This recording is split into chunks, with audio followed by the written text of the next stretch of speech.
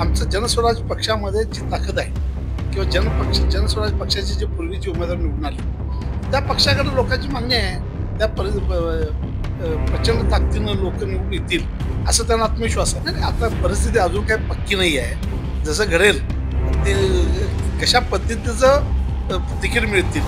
आपली युतीमध्ये आपण आहोत. युतीमध्ये तिकीट दिलं तर त्याचा विचार केला जाईल. ही सर्व मंडळी विकासाची मंडळी, विकास खेचून निधी खेचून आणून भागातला विकास करणं ही ते पूर्वीपासून करत आलेली. सत्ता आपली आहे, डबल इंजिन सरकार आहे, केंद्रामध्ये आपलं सरकार आहे, राज्यामध्ये आपलं सरकार आहे आणि त्यामुळं निधी आणणं आणि लोकांचा विकास करणं हे आमचं क्रमप्राप्त कर्तव्य आहे.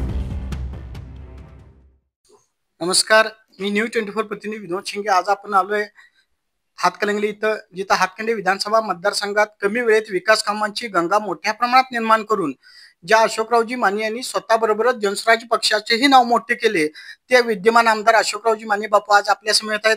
बापू नमस्ते. नमस्कार. नमस्कार. हातकणंगले मतदारसंघामध्ये सध्या नगरपालिका, नगरपंचायत, जिल्हा परिषद, पंचायत समितीचं वारं घुमू लागलंय आणि मोठ्या प्रमाणात जनस्वराज पक्षाकडूनच उमेदवारी मिळावी यासाठी कार्यकर्ते प्रयत्नशील आहेत. याबद्दल आपलं मत काय? नाही, काय आहे, सगळ्या पक्षाकडं लोकांची मागणी असतेच. आमचं जनस्वराज पक्षामध्ये जी ताकद आहे किंवा जनस्वराज पक्षाचे जे पूर्वीचे उमेदवार निवडून आले त्या पक्षाकडे लोकांची मागणी आहे त्या प्रचंड ताकदीनं लोक निवडून येतील असं त्यांना आत्मविश्वास आहे. म्हणून त्यांनी उमेदवारी मागितली पक्षाकडे. हातकणंगले तालुक्यात जिल्हा परिषद, पंचायत समिती, नगरपंचायतचा अभ्यास केला असता इतर पक्षातून तुमच्या पक्षात सामील होऊन उमेदवारी मागणाऱ्यांची संख्या जास्त आहे. त्यांना नक्की पक्ष संधी देणार का? नक्कीच देणार. ज्याची कार्यक्षमता आहे, निवडून येण्याचा निकष आहे, अशा लोकांना आम्ही तिकीट देणार, संधी देणार, निवडून आणणार. संजय गांधी निराधार कमिटीच्या मला वाटते निवडी अद्यापही झालेल्या नाहीत. परिणामी हातकणंगले तालुक्यात अनेक महिला निराधार संजय गांधीच्या निवडी होण्याच्या मार्गावर प्रतीक्षेत आहेत. अनेक अडचणी निर्माण होत आहेत. याबद्दल आपण काय सांगाल? आणि एक ऐकून या फक्त हातकणंगले तालुक्याचा अपवाद नाहीये. राज्यामध्ये अजून कुठेच निवडी झाल्या नाहीत. अजून नुसतं संजय गांधी नाहीये. राज्याच्या कमिटी आहेत, जिल्ह्याच्या कमिटी आहेत, महामंडळ आहेत, तालुक्याच्या कमिटी आहेत. आता ही इलेक्शन झाल्यावर सगळ्या कमिट्या 1 महिन्याच्या निवड होणार आहे.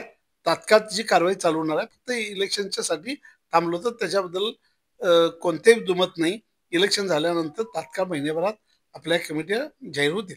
निराधार महिलांना हातकणंगले तहसीलदार कार्यालयात मोठ्या प्रमाणात अडचणी भासवत आहेत. या संदर्भात काही दैनिकांनी आपल्या बातम्या प्रसिद्ध केल्यात. त्या संदर्भात आपण तहसीलदारांना काय आदेश कराल? नाही, तहसीलदारांनी जर चुकीचं केलं तर त्यांच्यावर कारवाई करण्यासाठी आम्ही सक्षम आहे. परंतु केवायसी हे कंपल्सरी आहे. केवायसी लोकांनी द्यायला पाहिजे. कारण मी विचारलं मामलेदारांना, मामलेदार काय म्हणाले, काही लोकांची खाती बँक खाती 2-2 ठिकाणी आहेत. त्यामुळं काही बँकेमध्ये जे पैसे जमा होतात तर त्याच्यामध्ये केवायसी नसते आणि ते दुसरीकडे जाऊन चर्चा करतात. तेव्हा तुम्ही काय केवायसी करा. कुणाचं तडलं तर मला सांगा, मी तात्काळ मामलेदाराला यादी ते मीटिंग बोलवून त्या लोकांचं इमिजिएट पैसे द्यायला लावू, त्यांची पेन्शन द्यायला लावू. शिरोळ तालुक्यातील नगराध्यक्ष पदासाठी आपल्या घरातील काही उमेदवार इच्छुक आहेत. याबाबत आपलं काय मत आहे? नाही, आता परिस्थिती अजून काही पक्की नाही आहे. जसं घडेल ते कशा पद्धतीचं तिकीट मिळतील. आपली युतीमध्ये आपण आहोत. युतीमध्ये तिकीट दिलं तर त्याचा विचार केला जाईल. हातकणंगले तालुक्यात आतापर्यंत झालेल्या विकास कामांचा आढावा पाहता पुन्हा एकदा हातकणंगले तालुक्यात महायुती आपली जोर धरेल असे संकेत मिळत आहेत. याबाबत आपण काय सांगा? नक्कीच मिळणार. इतकं विकासाची कामं केलं त्या तालुक्यामध्ये किंवा जिल्ह्यामध्ये महायुतीनं आमचे माननीय नामदार देवेंद्र फडणवीस साहेब असतील, अजितदादा पवार असतील, आपले उपमुख्यमंत्री एकनाथजी शिंदे साहेब आहेत, आमचे नेते, या जिल्ह्याचे नेते माननीय कोरे सावकर साहेब आहेत, मुश्रीफ साहेब आहेत, आबिटकर आहेत, महाडिक आहेत. ही सर्व मंडळी विकासाची मंडळी आहेत. विकास खेचून निधी खेचून आणून भागातला विकास करणं ही ते पूर्वीपासून करत आलेले. सत्ता आपली आहे, डबल इंजिन सरकार आहे, केंद्रामध्ये आपलं सरकार आहे, राज्यामध्ये आपलं सरकार आहे आणि त्यामुळं निधी आणणं आणि लोकांचा विकास करणं हे आमचं क्रमप्राप्त कर्तव्य आहे. दुसरी गोष्ट म्हणजे जर स्थानिक स्वराज्य संस्थेच्या जर आम्हाला संधी दिली महायुतीला तर केवढा विकास होईल. डबल इंजिन आणि ट्रिपल इंजिन तर चांगलं करणार आहे. तुम्ही सगळ्यांनी सहकार्य करा आणि ह्या येत्याल्या नगरपालिका, जिल्हा परिषद, महानगरपालिकेमध्ये महायुतीचं सरकार यावं, महापालिका याव्यात, युतीचं नगरपालिका याव्यात, जिल्हा परिषदेमध्ये महायुतीची सत्ता यावी, जेणेकरून समाजातल्या तळागाळातल्या लोकांना त्याचा फार मोठा फायदा होईल विकासाचा.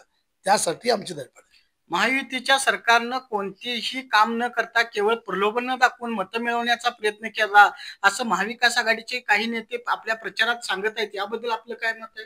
विरोधक हे काम चांगलं करणारे विरोधच म्हणणार की काय ते म्हणतील "ते लय भारी काम केलंय, फार चांगली माणसं आहेत". अहो, काम दिसते जनतेला. जनता विरोध करत नाही. नेते जे विरोधक आहेत ते विरोध करत राहणार. आणि ही आपली लोकशाही आहे. सत्ताधाऱ्याला विरोध करणे त्याचं कर्तव्य आहे, त्यामुळे ते करत राहणार. परवा शिरोळ तालुक्यात महाविकास आघाडीचा एक मेळावा झाला. त्यामध्ये जिल्ह्यातील एक ज्येष्ठ नेते यांनी सांगितलं की इचलकरंजी आणि शिरोळमध्ये सारखे आत बाहेर करणाऱ्यांना काँग्रेस पक्ष कदापि उमेदवारी देणार नाही. त्याबद्दल इचलकरंजी आणि शिरोली यावर नेमकी भूमिका काय? नाही, हे बघा, ज्याचा ज्याचा जो प्रश्न आहे, जो आत बाहेर करतोय त्यांनी निर्णय घ्यावा ना. इतरांना कशाला सांगायचं कारण आहे ते काय करावं आणि काय नाही. तुम्ही तुमचा प्रश्न आहे, तुम्ही तुमचे लोक आहेत, ते कुठे जातात बघा, त्यांना काय करायचं तुम्ही ठरवा. ते सांगायचं कारण आहे.